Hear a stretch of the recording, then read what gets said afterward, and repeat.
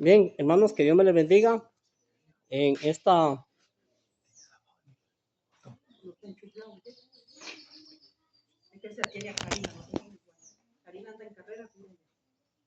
mañana damos inicio a nuestro servicio de adoración a Dios del Templo Misionero Bautista de esta linda comunidad Colibrí, Playa Blanca, Cantón de Puerto Jiménez.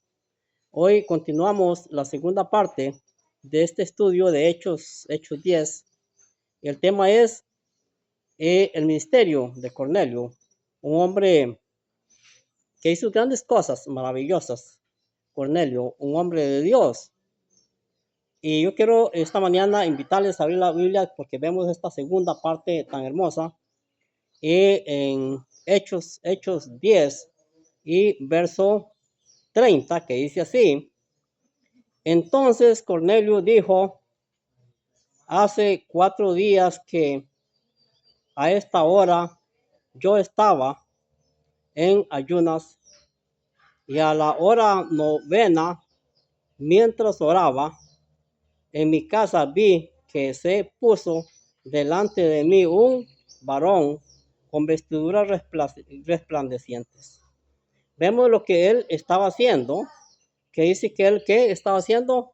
Estaba que en ayunas. Y cuando dice que estaba ayunando, ¿qué dice? Que estaba orando. Y dice que vio un hombre con vestiduras de blanco. ¿Qué es este hombre de vestiduras de blanco? Bueno, es un ángel, pero el Espíritu Santo se manifiesta en diferentes formas. En una ocasión el Espíritu Santo se presentó en paloma y dijo: este es el Espíritu amado.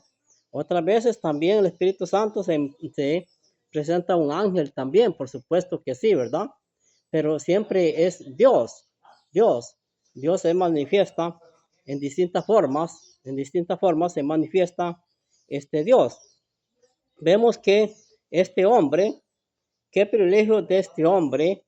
Así es que quiero manifestar en estas primeras palabras, porque encontramos en esta enseñanza del versículo 1 del capítulo 10 en adelante, dos paralelos, dos enseñanzas, que vemos que él hace oración. Por eso quiero estar leyendo de nuevamente. Entonces Cornelio dijo: hace 4 días que ahora yo estaba en ayunas, y a la hora novena. Esta hora novena quiere decir las 3 de la tarde, es lo que quiere decir la hora novena. Y mientras oraba, él ayunaba y oraba. Mientras oraba en casa, vi que se puso delante de mí un varón con vestiduras resplandecientes. Ay, qué privilegio tuvo este hombre, Cornelio. ¿Cuántos deseáramos tener nosotros una experiencia como Cornelio? Por supuesto, ¿verdad? Muy bien. Quiero seguir leyendo más de aquí en adelante. Y me dijo: Cornelio, tu oración ha sido oída, tus limonas han sido reconocidas delante de Dios. Aquí también lo encontramos, que yo dije que es un paralelo también. También se repite en el capítulo, también un poquito más atrás, capítulo 10, y en el verso 4 en adelante también se repite lo mismo.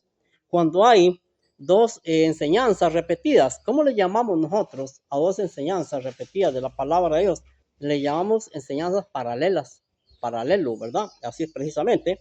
Por eso es que yo digo hoy que esta enseñanza es que la segunda parte, es la segunda parte que continuamos con este lindo estudio. Vamos a seguir leyendo. Y vea pues que en Jope, y al venir a Simón, el que tiene por sobrenombre Pedro, el cual se hospeda en casa de Simón, un curtidor junto al mar.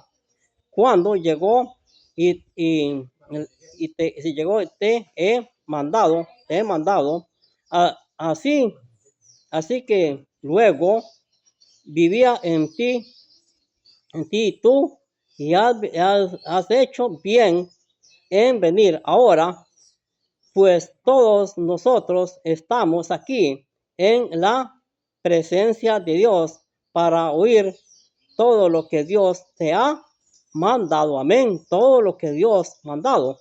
¿Quién es este hombre? Este hombre es Pedro, por supuesto que sí, este hombre es Pedro. Pedro es el instructor principal. Pedro es el hombre que Dios escoge. Dios escoge para instruir a este gran hombre Cornelio. Así es que todos nosotros necesitamos que alguien nos instruya. Cuando aprendemos a leer y escribir, es que cuando aprendemos a leer y escribir, es porque alguien que nos enseñó.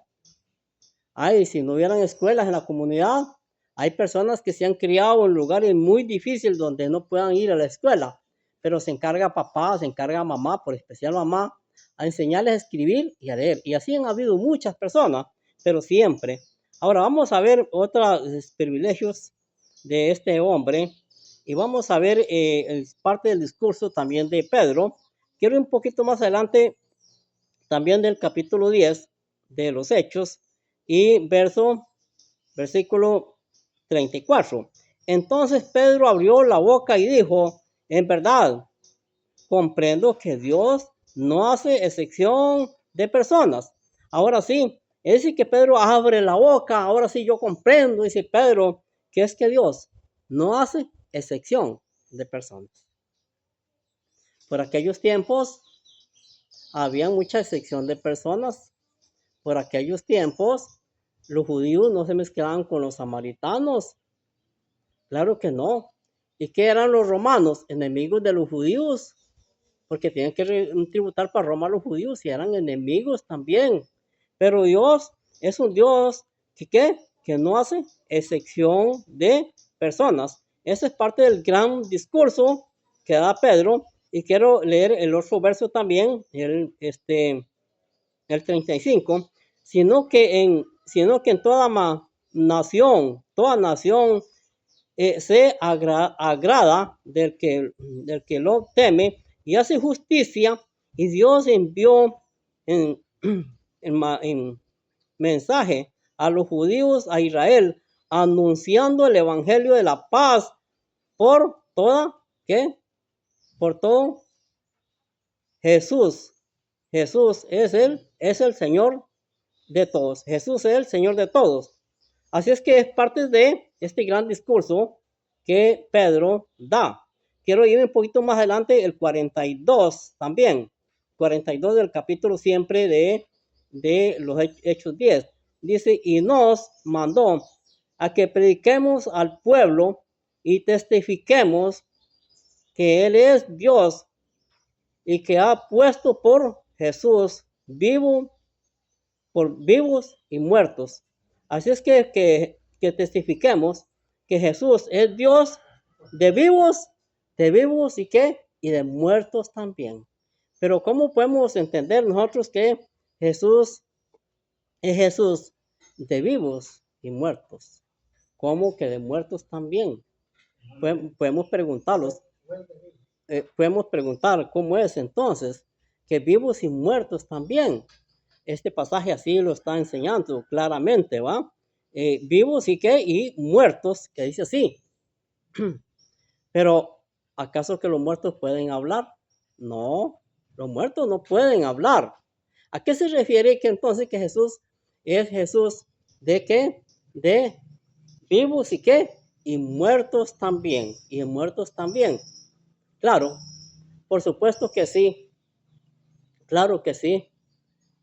Porque cuando la persona, si vive para Jesús. Y si muere para Jesús. Eso dice la palabra de Dios. Si vivimos y si morimos también. Cuando a veces decimos que está muerto es porque no ha creído. Pero no porque haya fallecido. No porque haya fallecido. La muerte física es un proceso que tenemos que pasar todos. Durante vivamos aquí en la tierra, la muerte física es un proceso para mí. Y es un proceso para usted, querido hermano, que me escucha. Porque es un proceso para todos. Nadie ha venido a la tierra para quedarse viviendo toda en eternidad. Nadie. Y nadie va a resucitar aquí, no. Esperamos la resurrección. Pero todavía no estamos en el tiempo, la época de resurrección, porque nadie sabe cuándo será. Así es que es parte de este gran hermoso mensaje que Pedro instruye, y Pedro se hospeda en casa de Cornelio, ¿para qué? Para que reciba las instrucciones. Qué lindo es cuando un misionero se va largo a hospedarse por allá donde los hermanos, en sus viajes misioneros, para instruir espiritualmente algunas familias. Qué bueno, qué importante. Hoy como que vemos como que el amor se ha perdido mucho de los hermanos misioneros también. Y no solamente los hermanos misioneros de viajar a instruir a las personas. Hoy la función de la iglesia es instruir. Por eso es que Jesús dice, si en verdad me quieres, apacienta y cuida de mis ovejas. Apacentar y cuidar de las ovejas es instruir también. Claro que sí, qué hermoso es este gran mensaje. Hermanos, este es un mensaje que es realmente literal para la iglesia. Cornelio era un hombre piadoso, misericordioso y daba muchas ayudas y siempre oraba a Dios, pero no era un hombre salvo porque él no creía en Jesús. El gran problema de Cornelio que él creía solamente en el Padre, en el Espíritu Santo, pero no creía en Jesús. La persona que no cree en Jesús está muerto, muerto espiritual. ¿Por qué muerto espiritual? ¿Por quién es Jesús? Jesús es el camino para llegar al Padre. Que Dios me les bendiga.